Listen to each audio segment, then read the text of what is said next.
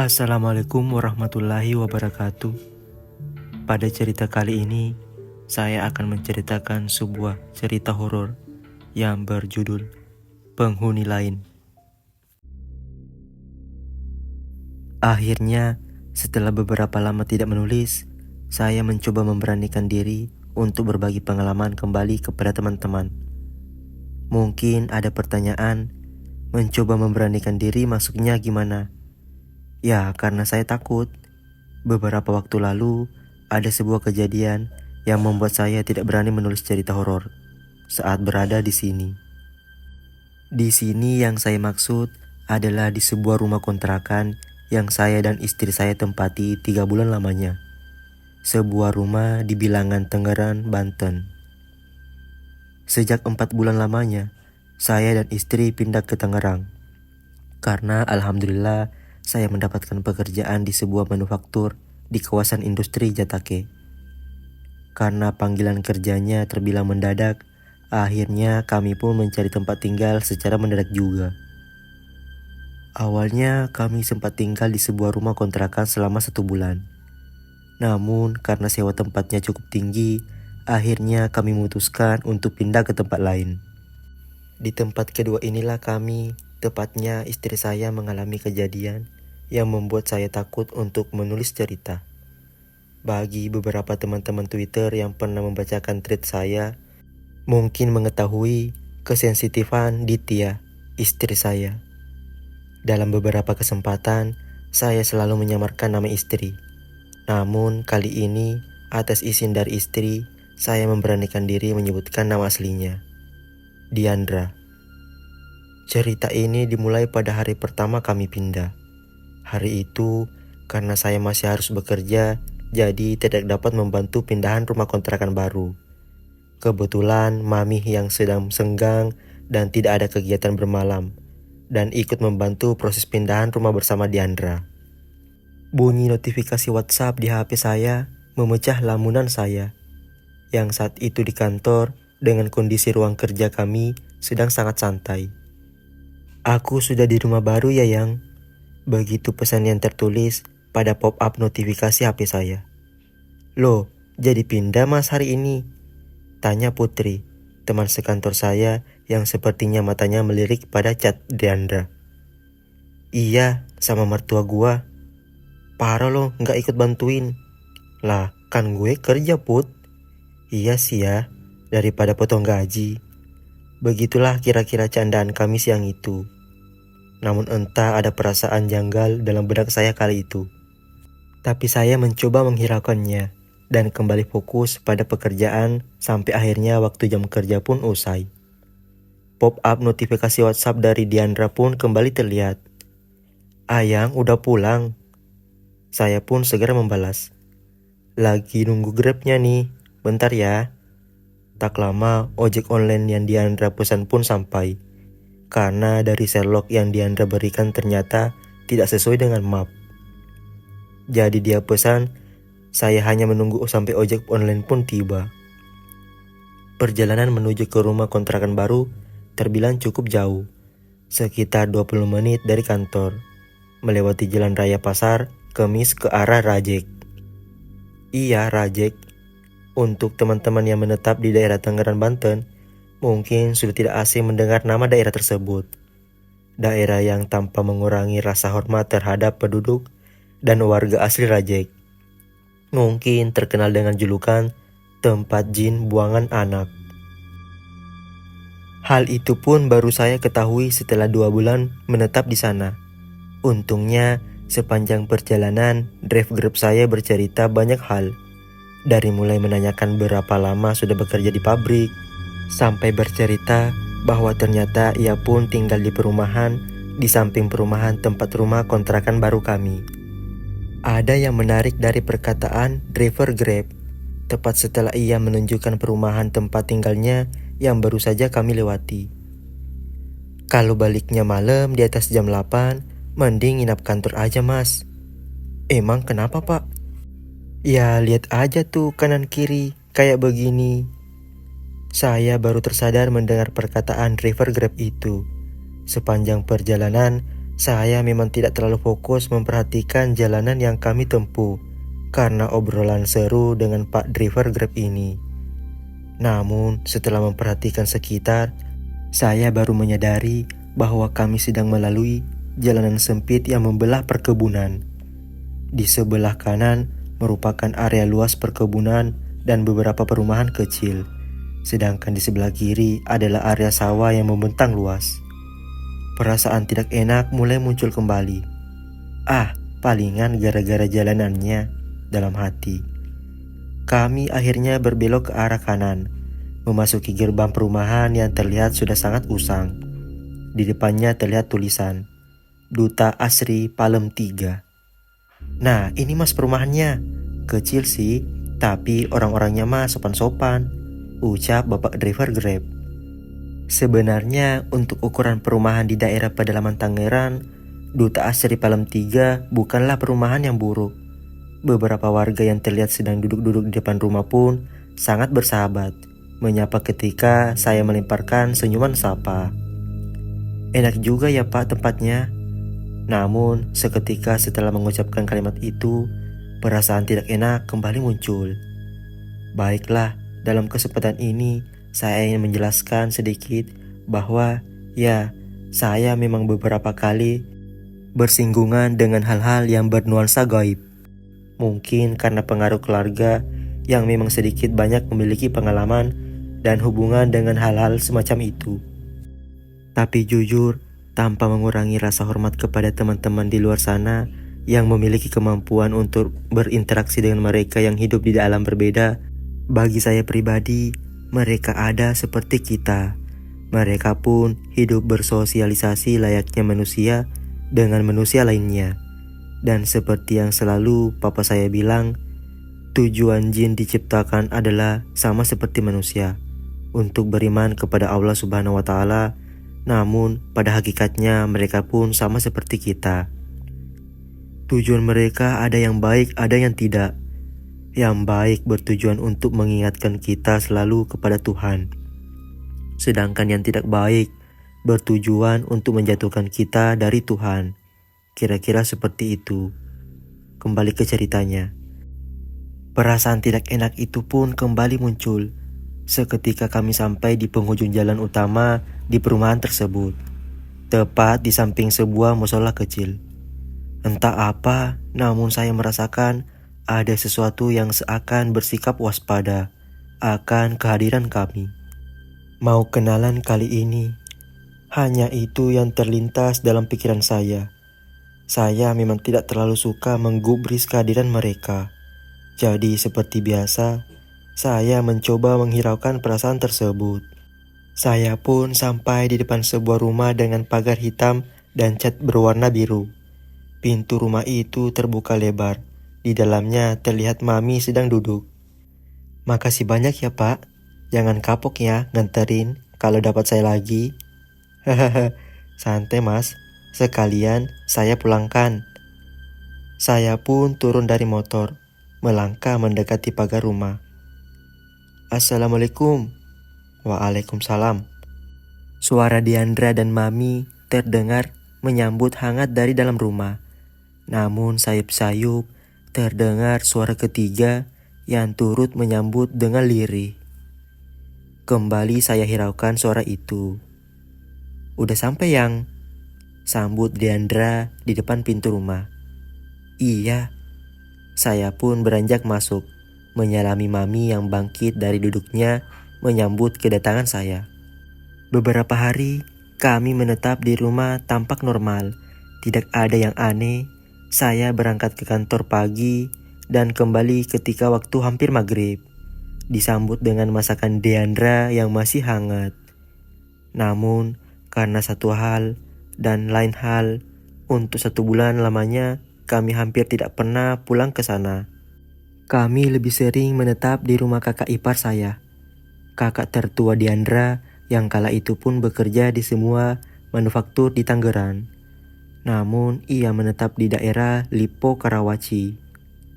Sesekali kami pulang ke rumah kontrakan hanya untuk menetap semalam atau 2 malam dan kembali ke rumah kakak ipar.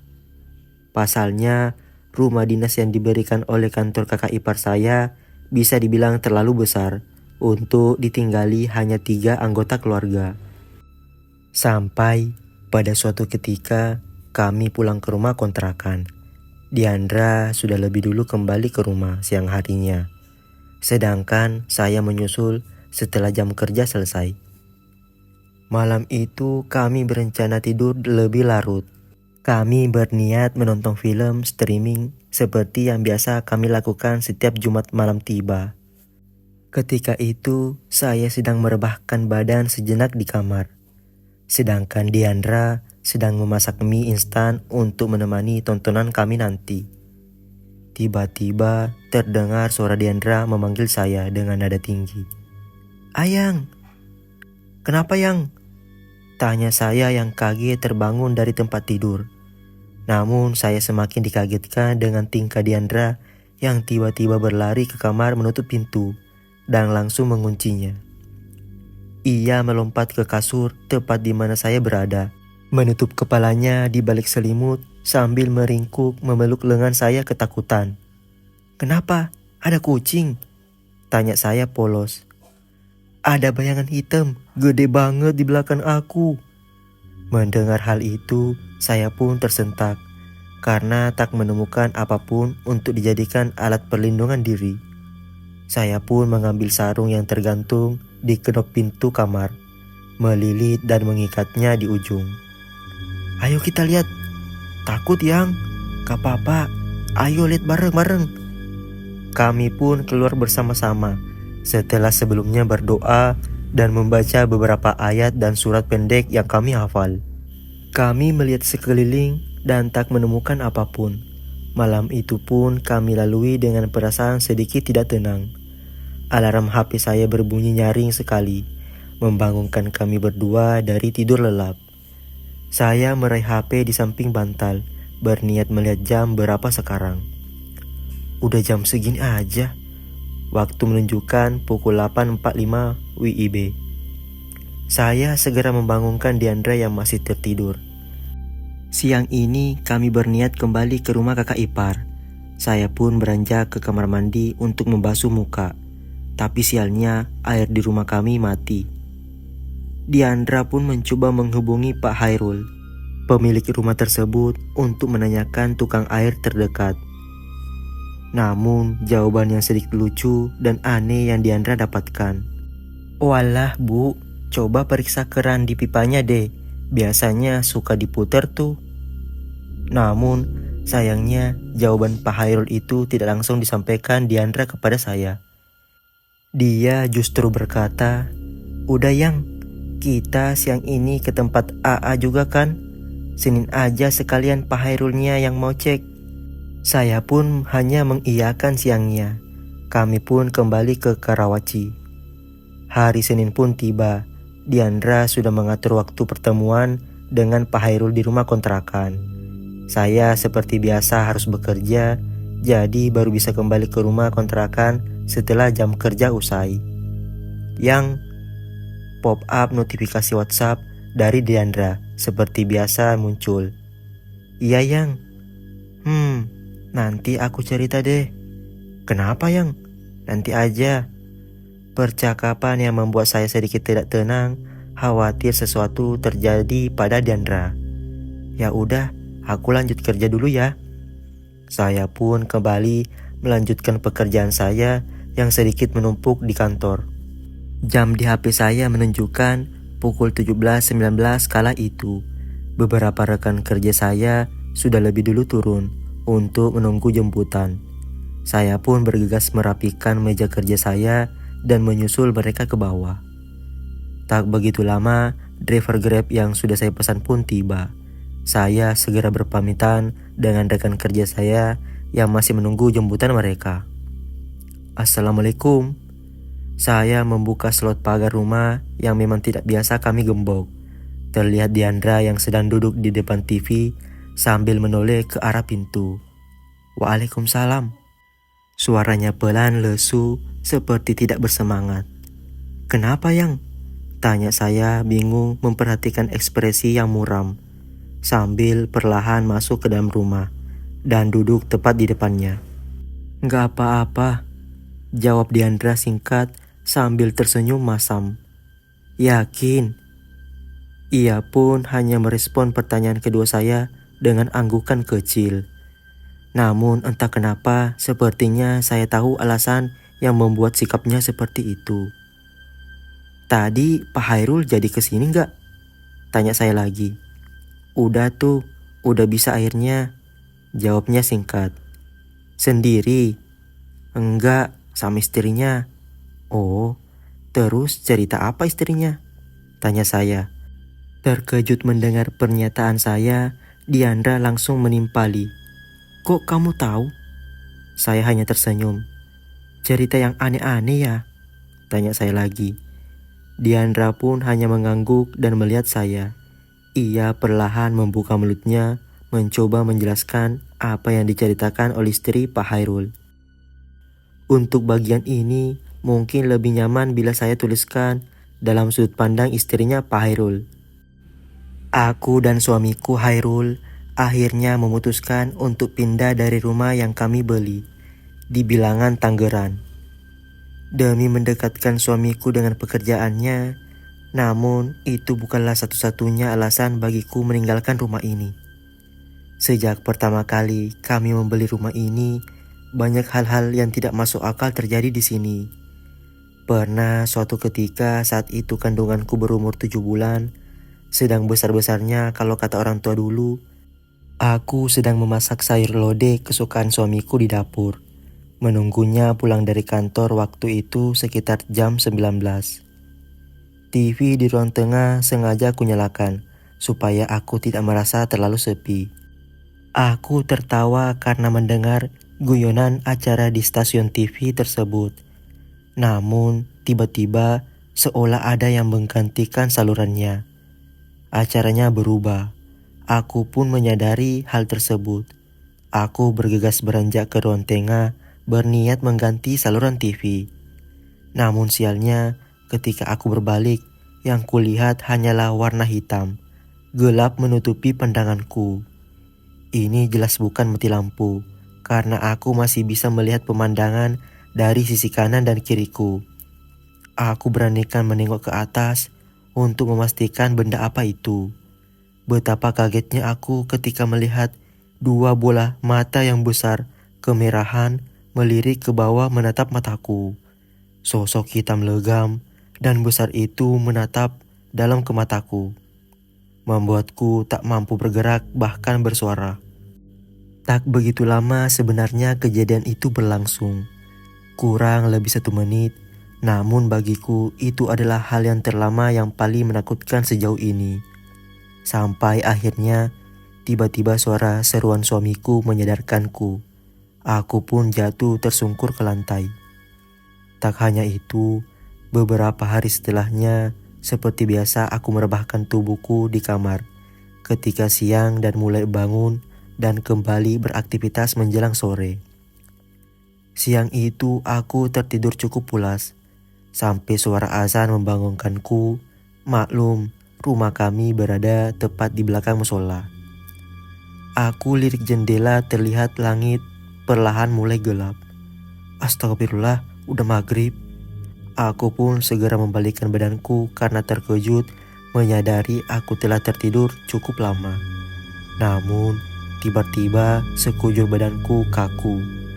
Aku bahkan tidak bisa memperbaiki posisiku yang tengah-tengah merebah, bersandar pada kedua siku lenganku. Mataku tertuju pada satu sosok yang tengah duduk di ujung kasur di sisi lain, tepat di sebelah kiriku. Sosok seorang nenek-nenek yang sedang menyisir rambutnya yang kusut dan putih. Sosok itu membelakangiku, namun perlahan terlihat pergerakan pada bagian kepalanya. jangan nengok, ucapku dalam hati. Namun sosok itu tetap melanjutkan pergerakannya. Perlahan ia menoleh, tidak sampai berhadapan denganku, namun matanya melirik tepat kepadaku. Terlihat senyumnya menyeringai. Dan sesekali bola matanya berputar ke atas, ke kanan, ke bawah, dan ke kiri. Setiap kali melihat hal itu, aku hanya bisa pingsan dan terbangun beberapa saat kemudian. Namun yang janggal adalah setelah aku terbangun baru kusadari bahwa kejadian itu berlangsung bukan di saat maghrib, namun menjelang ashar. Ya, aku memang menyebutkan setiap kali, karena hal ini berlangsung tidak hanya sekali atau 2 kali, namun hampir setiap hari. Kejadian-kejadian aneh itu tidak berhenti sampai di situ.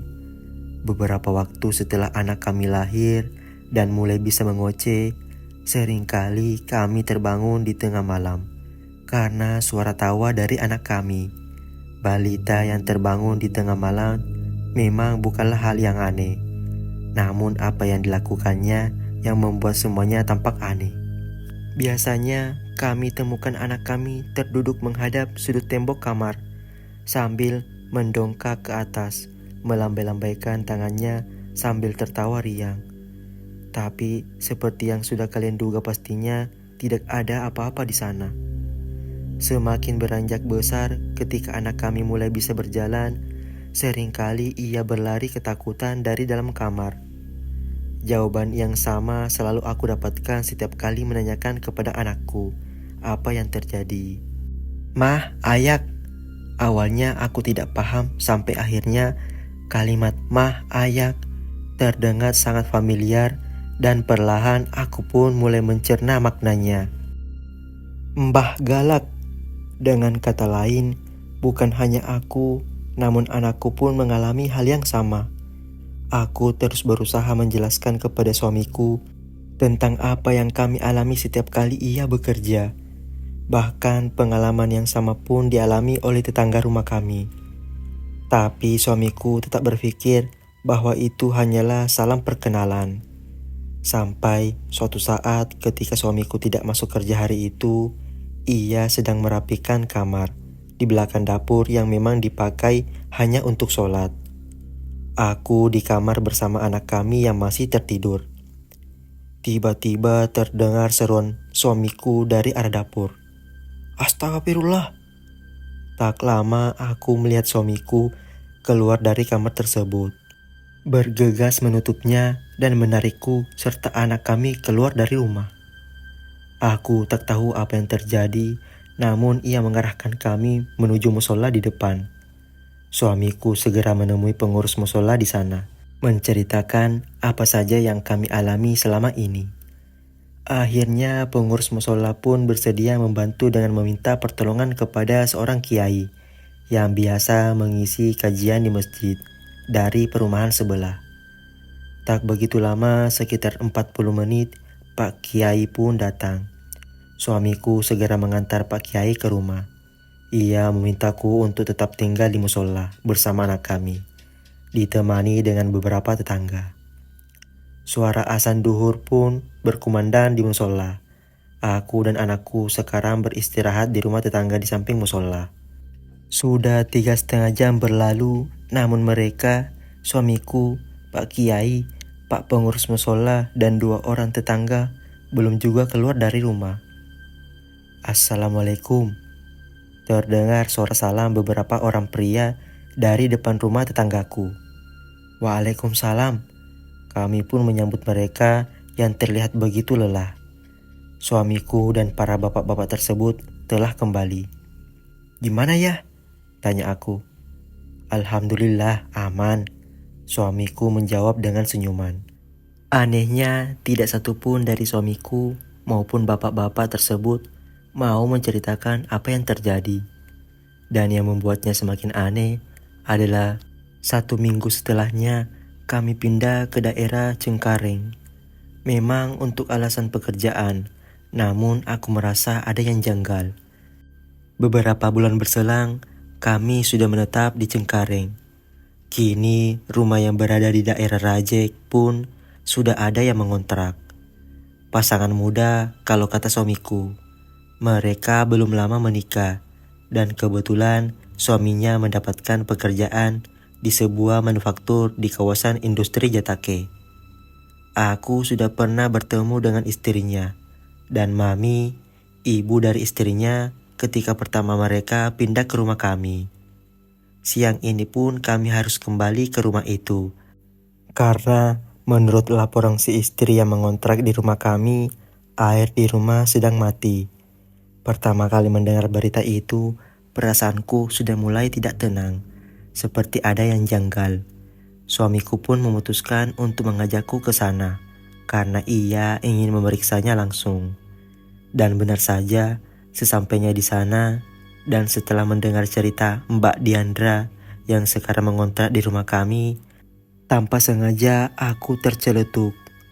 Tuh kan benar, masih ada. Terlihat terkejut mendengar pernyataan dariku, Mbak Diandra pun akhirnya bertanya, dan aku menceritakan semua yang aku alami di sini.